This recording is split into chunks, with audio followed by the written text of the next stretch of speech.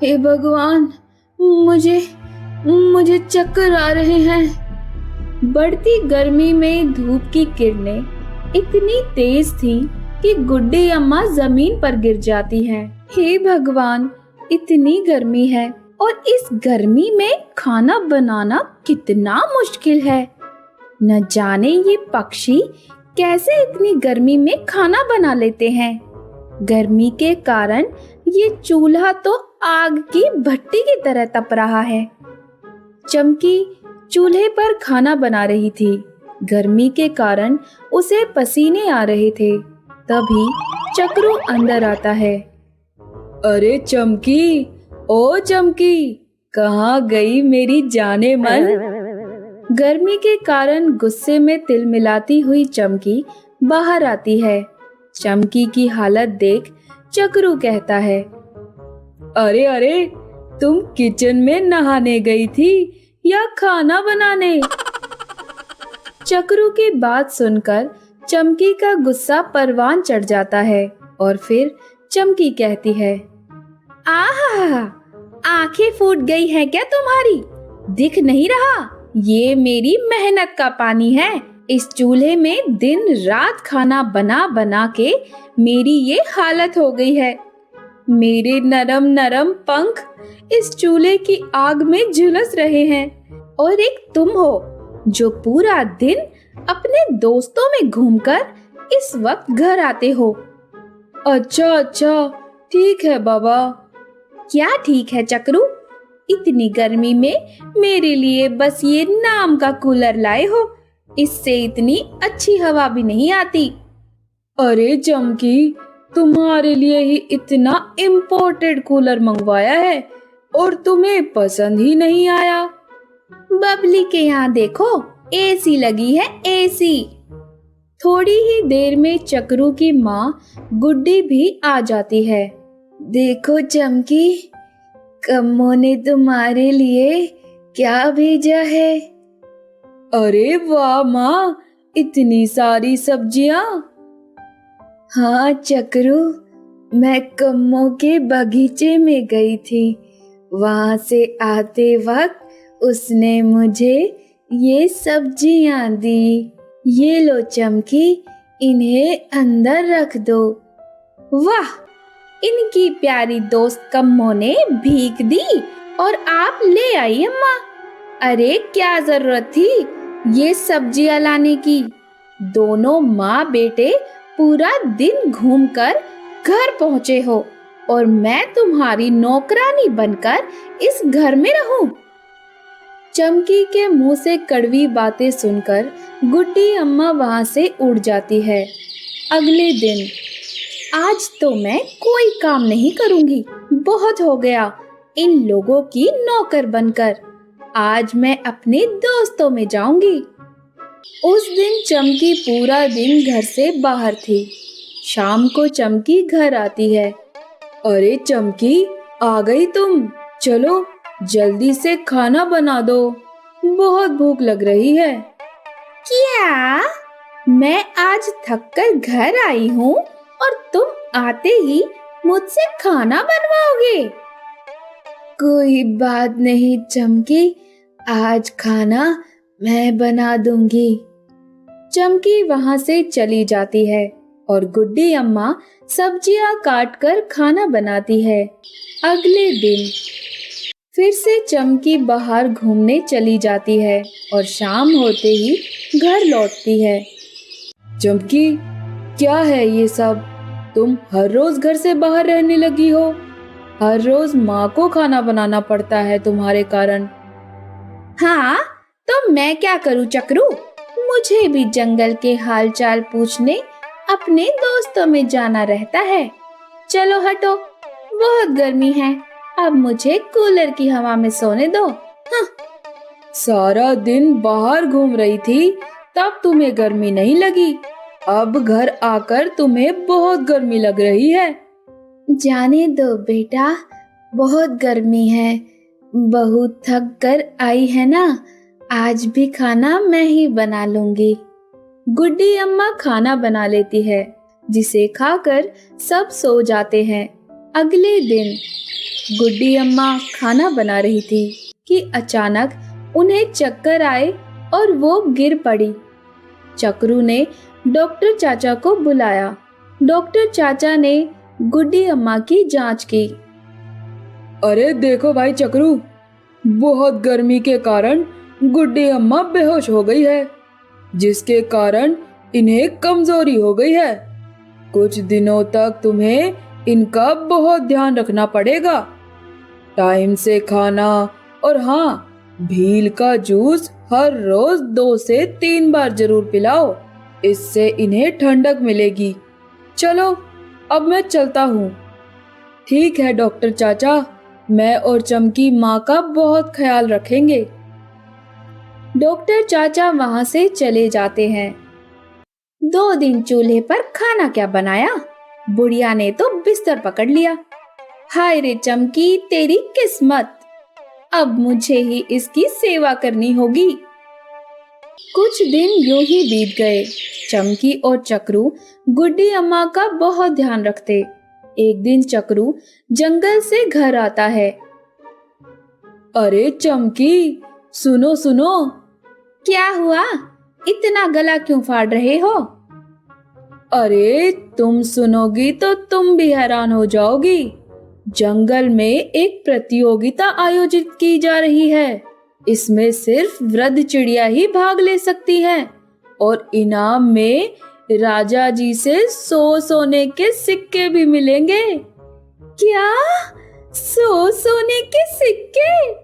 वाह वाह, इस प्रतियोगिता में तो माँ जी जरूर भाग लेंगी और फिर सोने के सिक्के हमें मिल जाएंगे। इतना शोर सुनकर गुड्डी अम्मा बाहर आती है।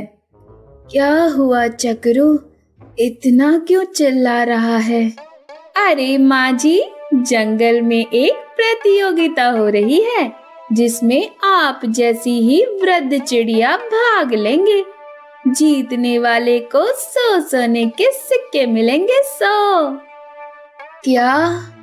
नहीं नहीं, मैं इस प्रतियोगिता में भाग नहीं ले सकती। पर क्यों माँ, ये प्रतियोगिता आप जैसे वृद्ध के लिए ही है। अरे बेटा, मेरी हालत देख, अभी मैं ठीक से चल भी नहीं पा रही और प्रतियोगिता तो धूप में होगी।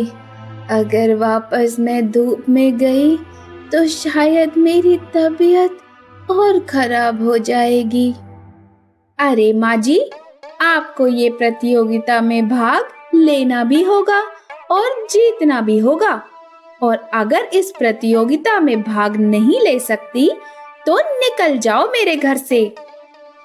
पर चमकी, मैं इस गर्मी में कहाँ जाऊंगी? मुझे नहीं पता, बैठ जाना अपनी दोस्त कम्मो के बगीचे में। अभी निकल जाओ मेरे घर से। अरे चमकी, तुम ऐसा क्यों कह रही हो? माँ इतनी गर्मी में कहाँ जाएगी? अगर तुम्हें भी इनसे इतना ही लगाव है तो तुम भी इनके साथ ही चले जाओ। नहीं नहीं, मैं चुप ही ठीक हूँ। गुड्डी अम्मा तेज धूप में घर से बाहर आ जाती है। गर्मी तो बहुत ज्यादा है, पर रात होने से पहले मुझे कोई ठिकाना देखना होगा। माँ, वो देखो, इतनी गर्मी में गुड्डी दादी उड़ते हुए कहीं जा रही है। हे भगवान, आज लगता है फिर से चमकी ने इन्हें घर से निकाल दिया। इस गर्मी में कहाँ जाऊंगी मैं?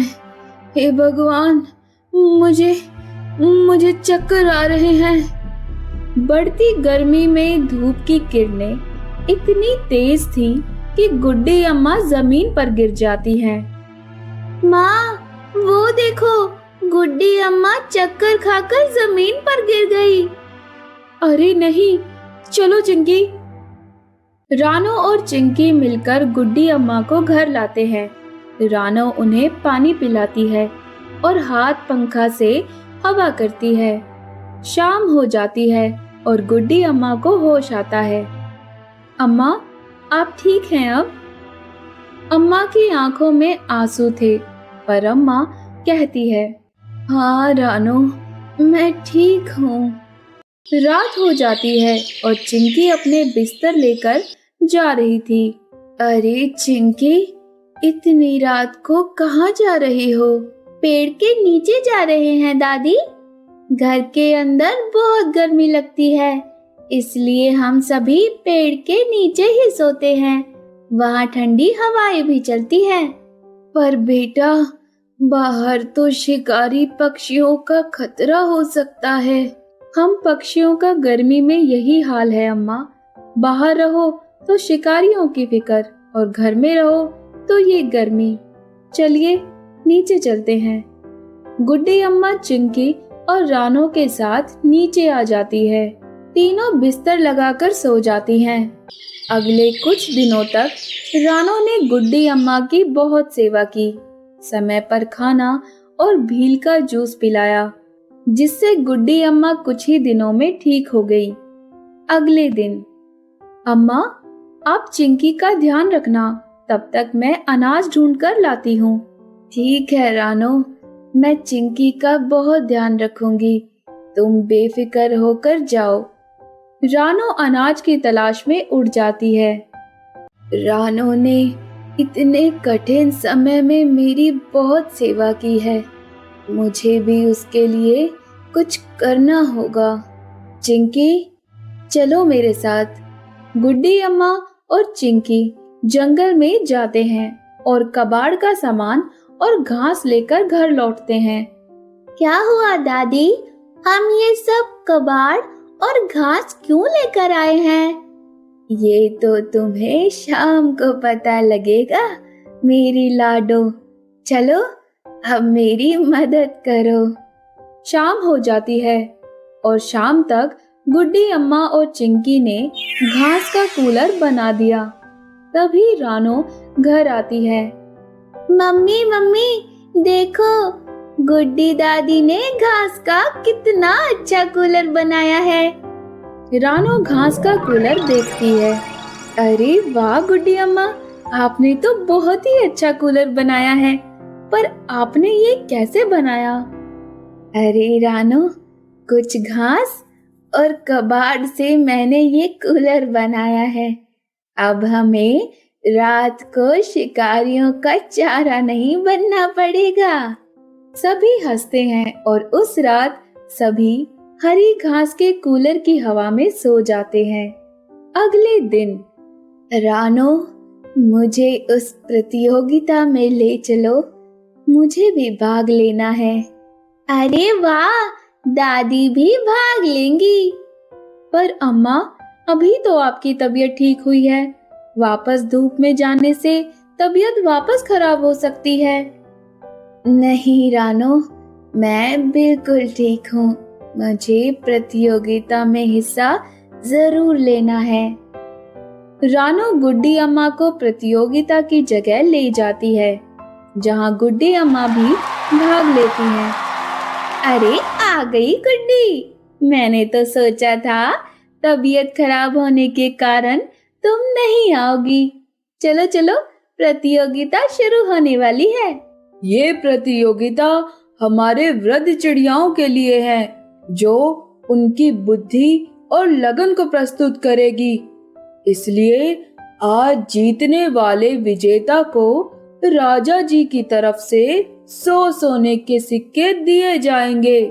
आपके सामने ये कुछ सामान रखा हुआ है। इसी सामान को लेकर आपको कोई इस्तेमाल की जाने वाली वस्तु बनानी है। जिस भी प्रतियोगी की बनाई हुई वस्तु सबसे अच्छे इस्तेमाल के लिए होगी, उसे ही महाराज विजेता घोषित करेंगे। अरे वो देखिए, तुम्हारी माँ भी आई हुई है, हमारे कहने से तो नहीं आई।